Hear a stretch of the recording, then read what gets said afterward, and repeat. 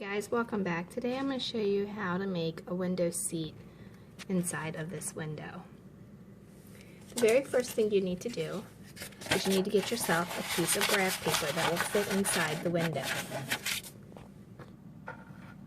Okay, after you have the graph paper, you're going to push it in here, just like this. Then you're going to take your finger and you're going to run your finger around the edge of it. Okay, after that, then you're going to take the pencil and you're going to trace your outline all the way down. Once you do that, you're going to cut it out and you're going to put it in there to make sure it fits. Then you'll transfer it to a piece of balsa wood. And as you can see, it fits pretty snug, not really any room to go and move around. Okay, and then the bottom you're going to measure from side to side, and then you're going to put this in first behind there. So now once you have your seat and your front base cut, you want to cut a small piece to go here, and then we're going to make some braces. Okay, you'll glue it to the back wall and then push it flush to the front. Make sure it's even at the top here. Okay, so when you put your brace in, leave just enough space right in here above this that the other board can slide in here. Okay, then you're going to put some glue across here and some glue across here. And you need to raise this up so that it's even. That way when you put the board on top, it has something to glue to. Okay, so you want to apply your glue right along here. I'm using a stick because it actually ends up making it go on less messy. They do have fine glue applicators that you can purchase if you don't want to use a stick.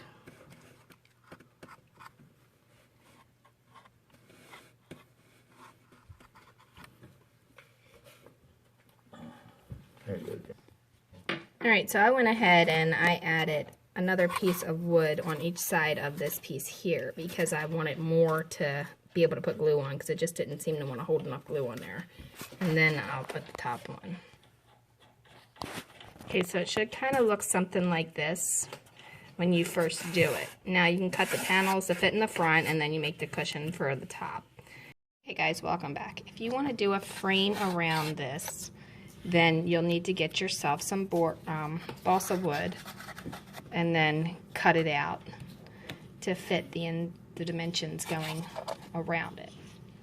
And I am using a 1/4 inch by 1/8 inch. And these aren't glued in yet, but you get the idea. You're just going to cut them to fit them right in there. And then you can cut the centers out as we did the 6-panel doors the same way. Now you do want to measure it to make sure that you get it even, but that just kind of gives you the idea. Like that. And then this is how we did the 6-panel doors with the little beveled edges and all. You can do the same exact thing there. So how I determined where these center boards are going to go is I took a piece of graph paper and I cut it the length from here to here, and then I marked where these side pieces were and cut those completely off. Okay, after that, I took it and laid it completely flat to make sure it matches up. Then I folded it in half, and then I folded them in half again. And then that gave me the 3 pieces that I need. Now I'll transfer these lines onto here, and that'll give me my center pieces.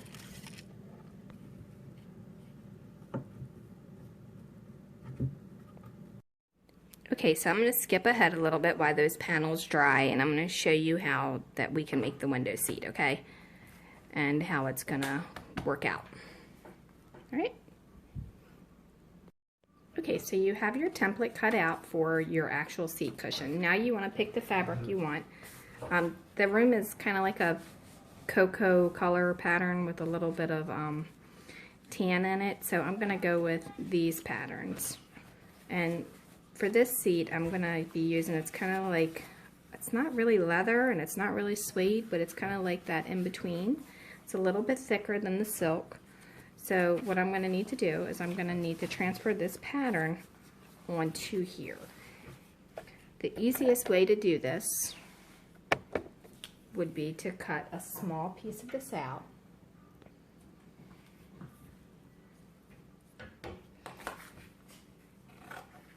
Just like this. Now, this fabric is kind of expensive, so you really don't want to waste it if you are working with a more expensive fabric. Okay, so now that you have that, you want to heat up your hot glue gun, and you also want to take this pattern and transfer it to a piece of cardboard. Okay, you don't want anything too thick. You just want something that's kind of thin. As you can see, it's pretty thin. I mean, it's not even a 32nd wide. Okay, so then you want to trace that onto there and then cut that out. Okay, just line the edge up with the bottom if you don't know how to trace it. To be more accurate, remember this edge here is a little bit squared off. Okay, and try to be as precise as you can get. Alright. And then there you go again, and then now just cut that out. Alright, so now they're both the same size. You can make them even, you can see. Alright. Now, for the batting, you can do a couple of things. You can use some felt, you can use some cotton, you can use some cotton balls, cotton batting. You can even use recycled old clothing. Okay, so here is some cotton batting. You all know what cotton balls look like, hopefully. This is some recycled fabric. This is some foam. It's about 1/2 inch. And then this is some recycled fabric as well. Okay, you can kind of put any of these things underneath of it, including like some felt. But before you do that, you have to cut that out as well, the same exact size as this. Okay, so I've decided to go with this one because it already had the batting sewed in between it. This actually, when I bought a new mattress, came wrapped around the mattress, and I saved it because I thought I'd end up using it for something one day, and sure enough I am. Alright, so once you have that done, what you want to do is you want to put a little bit of glue, one here, just a tiny bit. Alright, so then I'm going to just press that down, just a little bit.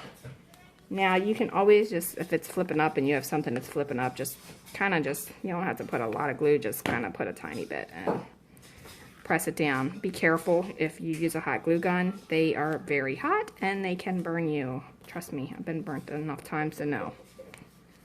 Alright, now I'm going to do the same thing with this one right here. Just a tiny bit. Press it down. And there you go. Alright, so now I'm going to have a nice little cushion.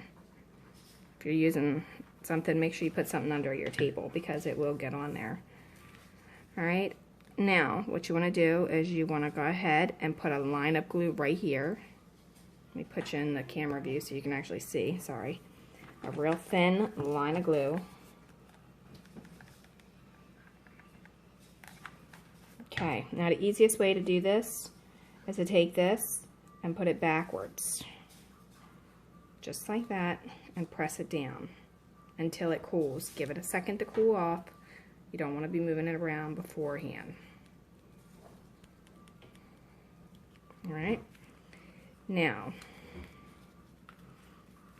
you're going to have to glue this here, but before you glue this here,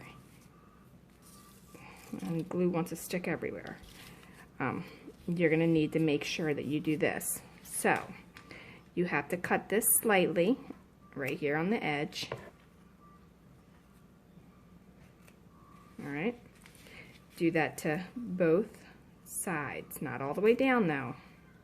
You want to leave some where it's wrapping around because you don't want to see it. Alright, Now, once you've done that, you want to pull it nice and snug.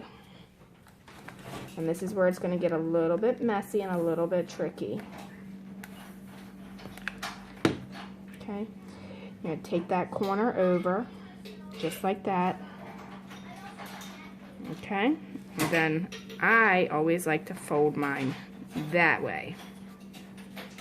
That way I get a pretty close to even seam.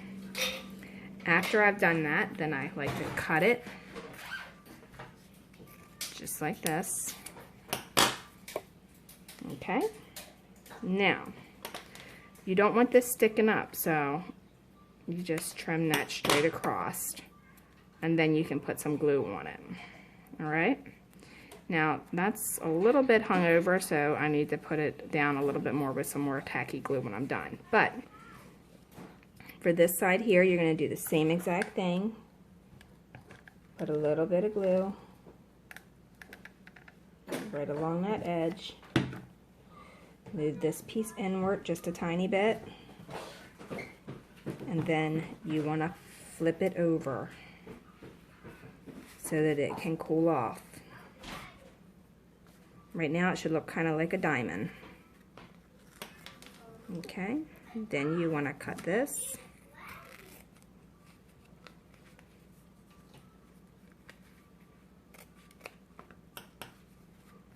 All right. Now you're going to trim each piece here.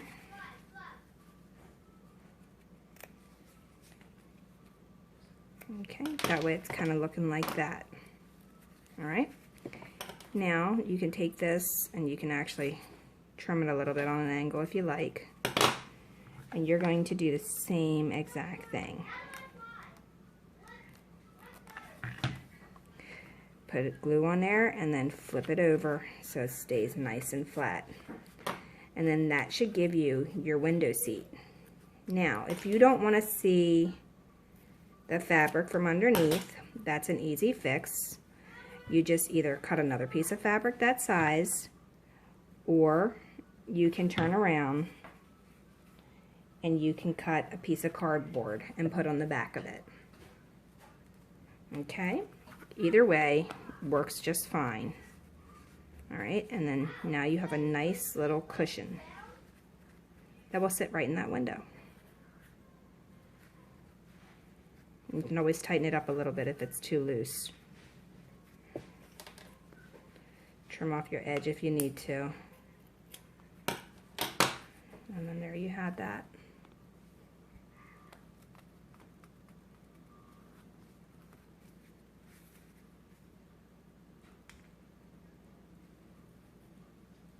Then again, you can cover this with felt or with the same exact fabric or whatever you want to use on the back of it if you want to see it, or you don't want to see it. However, you don't need to put anything back there, because when you put it in your window, you have the option to make alternative ones, like for seasonal or whatever, or you could just glue this down and keep it permanent where it's not going to come out. Now, I'm going to probably glue mine down, but there is that option of having the multiple covers. So like if I want to decorate the dollhouse for Christmas or Halloween or Thanksgiving or, you know, Hanukkah or any of those kind of holidays, then I could always change the fabric out. But in the meantime, that's what you do, and then I'll show you how it looks back in the dollhouse soon.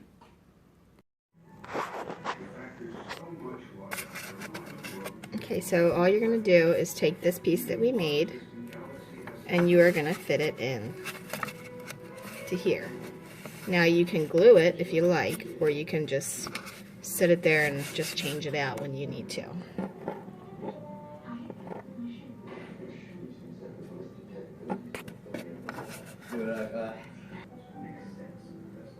You hear me?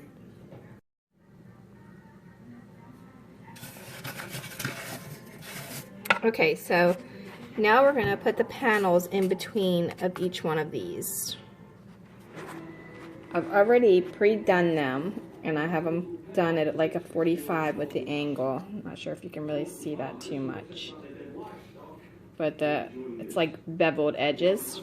I have a large one, and then I have 4 small ones. Okay, sorry about that. Let me show you real quick how to bevel the edge, and you'll do this for all of the ones that you're going to put in the center. You're going to take a flat edge razor knife, or a razor blade, and you're going to press down on it. Just like that. And that's going to give you that edge that you need. Okay, let's see if this one works a little bit easier. The other one was kind of dull on us. Okay, and there you go. And there's your beveled edge. That's all you're going to do for that. Now, for the other side, you're just going to very lightly go along the edge.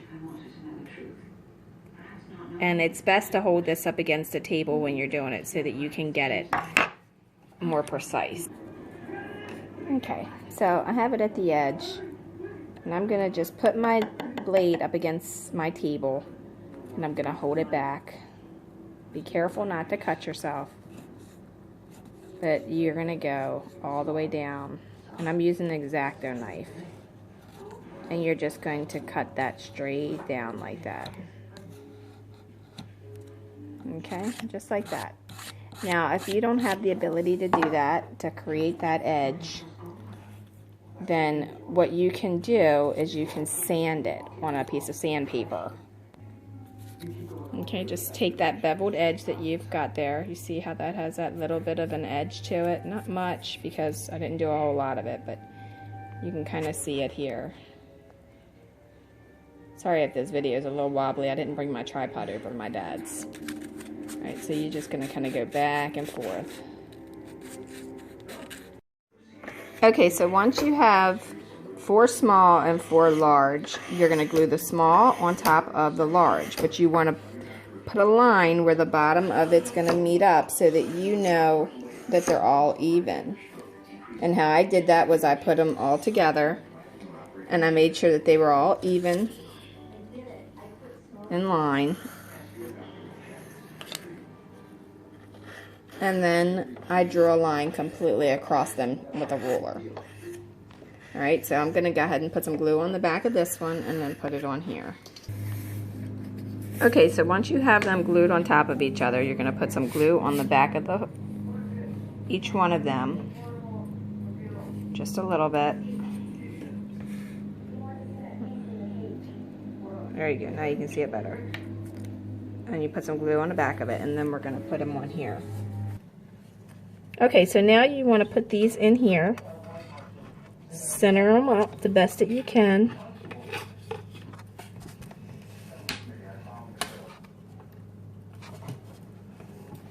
Right like that. And you're going to do each one of them in the center. Now I'm putting a little bit of glue on the back of each one. And then I'm going to center them the best that I can on here. Now you can draw lines if you like. Or you can do it before you glue it all in there. Just like that.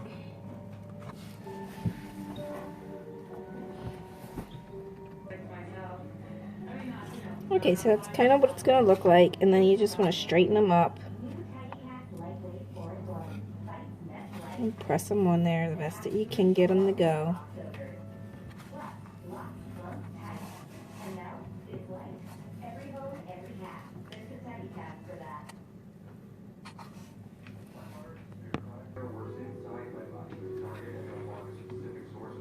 There you go. And that's the window seat. Now when you're completely done and all the glue is dry, you can go ahead and paint this. And not the seat, the actual wood. You can go ahead and paint it, and then remember, if you decide to make this removable or whatever, you can do that too. But now this room will have a window seat in it.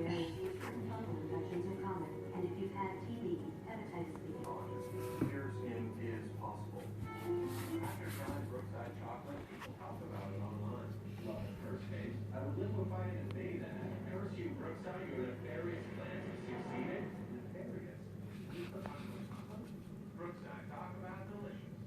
do you look for in an antiperspirant? I just had to work. Try is everything. Have you tried Devon's hair? All right, now when you're measuring for your windows and your seats, remember, do the grid from the graph paper, and that'll give you the size, and then you just multiply everything to make it larger, or if yours is the same opening as this Beacon Hill dollhouse, you can just use the kit that, or the template that I put on my Facebook page. All right, well, thanks a lot. I'm gonna go ahead and do the other one and check back, and you will be able to see more on my channel. Follow Dollhouse Measure Madness and tutorials for more DIY, and check me out on Pinterest under Laurie Holden Heisler. Thanks a lot. Have a great day.